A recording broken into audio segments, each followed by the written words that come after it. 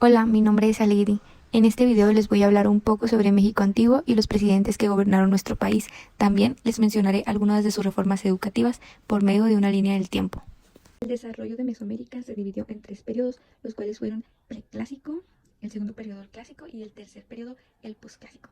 En el preclásico, la cultura olmeca fue una civilización que se desarrolló durante este periodo de Mesoamérica. Este periodo marca el inicio del surgimiento de la cultura olmeca en San Lorenzo. Fue el periodo donde la influencia olmeca se extendió. En el clásico está situado en dos etapas, el clásico temprano y el clásico tardío. Aquí surgió la cultura teotihuacana, maya, chichimecas, toltecas y mixtecos.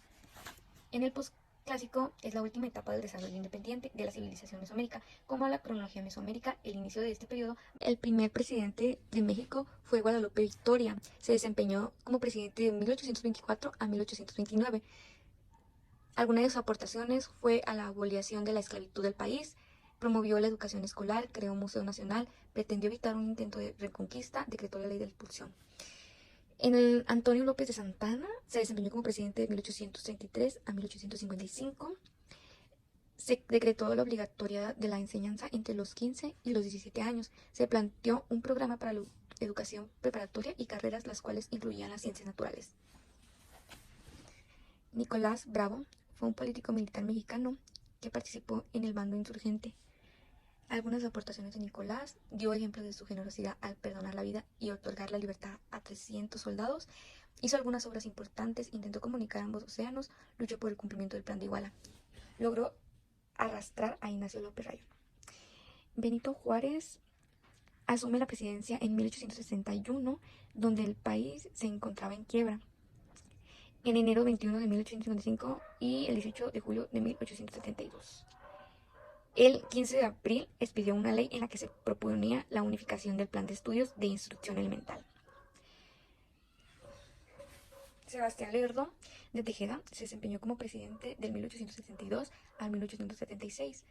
Sebastián promulgó un decreto el 25 de septiembre de 1873, una serie de reformas referentes a las leyes de reforma que habían decretado la separación de... Porfirio Díaz comenzó en 1854 cuando se adquirió el plan de Ayutla, dio origen al porfiriato, abarcó de 1877 a 1880 y de 1884 a 1911. En 1888 se promulgó una ley de instrucción obligatoria con alcance jurídico nacional.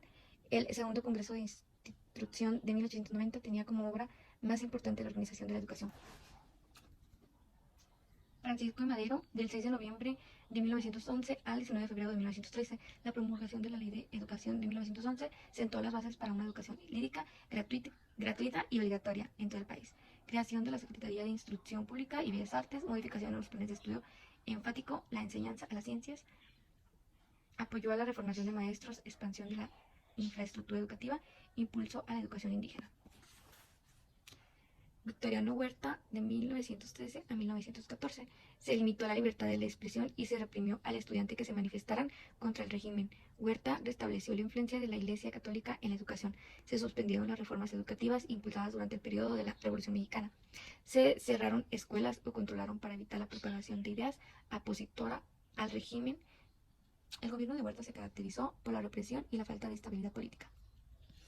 Venustiano Carranza, de 1917 a 1920, se promulgó una nueva constitución para México, se impulsó la creación de escuelas, se amplió y mejoró la infraestructura de la escuela NP, se estableció programas para mejorar la educación de las comunicaciones indígenas, impulsó la educación pública. Álvaro Obregón se desempeñó como presidente de 1920 a 1924.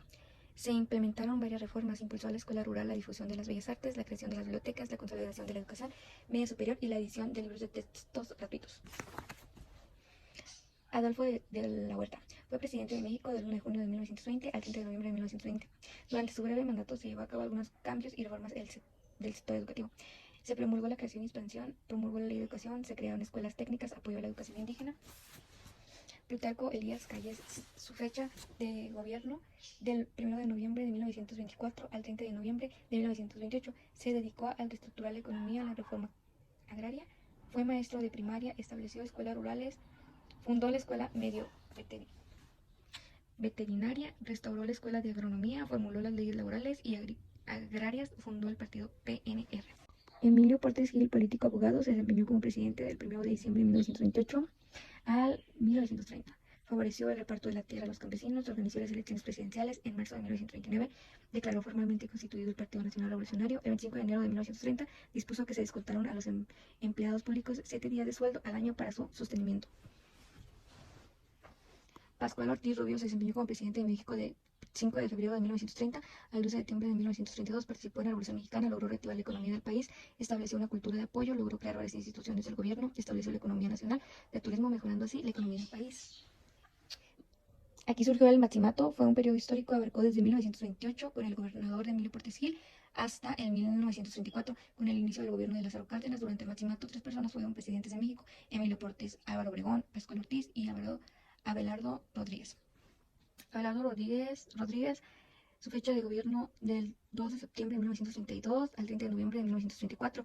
Impulsó muchas obras sociales, fomentó la educación, otorgó empleos, construyó carreteras, caminos y canales de irrigación. Creó el sindicalismo y obligó a las empresas a contratar mano de obra mexicana. Lázaro Cárdenas se desempeñó como presidente de 1934 a 1940. Tenía una ideología socialista, quería implementar una educación socialista. La reforma educativa cardenista tenía como propósito hacer obligatoria la educación primaria. La nueva escuela, esta planteaba las ideas de una lucha ante las injusticias, dejar el individualismo, dejar el bien propio para buscar el bien común. Manuel Ávila Camacho se desempeñó como presidente de 1940 a 1946. Se crearon internados, comedores y becas, se impulsó la creación de las escuelas, realizó la fundación del Instituto Politécnico Nacional IPN, se establecieron escuelas vocacionales del nivel medio superior, se promulgó una reforma del artículo 3 constitucional para reconvertir la educación socialista y en su lugar establecer una educación integral. Miguel Alemán Valdés, en 1947 se creó la Dirección General de Desempeño Normal. Se reorganizó el Instituto Nacional de Pedagogía y la Escuela Normal Superior. En 1948 fue creada la Dirección General de Alfabetización. Destaca la creación del Instituto Indigeísta. Adolfo Ruiz Cortines se desempeñó como presidente de 1952 a 1958. Ganó las elecciones bajo el partido conocido como el PRI. Su política educativa puede considerarse como continuadora del presidente alemán. A finales de su sexenio hubo un movimiento de post contra su gobierno, fue el de los maestros que buscaban mejorar salarios. Adolfo López Mateos ocupó la presidencia de 1958 a 1964, se creó el ISTE y el Museo Nacional de Antropología, también se nacionalizó la industria eléctrica. Gustavo Díaz Ordaz en 1926 ingresa al Instituto de Ciencias y después en 1938 el gobernador de Puebla Máximo Ávila lo nombró presidente. Fue elegido como presidente en el sexenio de 1964 a 1970. Se formó el Consejo Nacional de Huelga. Entre los políticos más importantes se encuentra la formulación del plan para el mejoramiento y la expansión de la educación primaria para plan de 11 años. Luis Echeverría Álvarez gobernó desde el 1 de diciembre del año 1969 hasta el 30 de noviembre de 1976. En el ámbito internacional se iniciaba un fenómeno de inflación-recepción. Puso en marcha una comisión coordinadora de la reforma educativa, aumentar el número de escuelas y reformas los planes de estudio. Salinas de Gortari fue de 1988 a 1994. El sexenio se dieron avances reales, la obligación de la enseñanza secundaria, nuevos planes de estudios, nuevos libros de texto. Ernesto Cendillo Ponce de León inició del 1 de diciembre de 1994 hasta el 30 de noviembre de 2000. Se diseñó y implementó el programa La Gestión en la Escuela Primaria. Inició en 1917 en 183 planteles. Programación de apoyo a escuelas en desventaja. Programa para abatir el rezago educativo. Y Felipe Calderón Hinojosa, presidente de México entre 2006 y 2012. Durante su gobierno decretó la creación del Consejo Nacional para la Cultura y las Artes. Calderón hizo importantes contribuciones a la nación, se esforzó por establecer la economía mexicana, también se enfocó en la lucha contra el crimen organizado y el narcotráfico.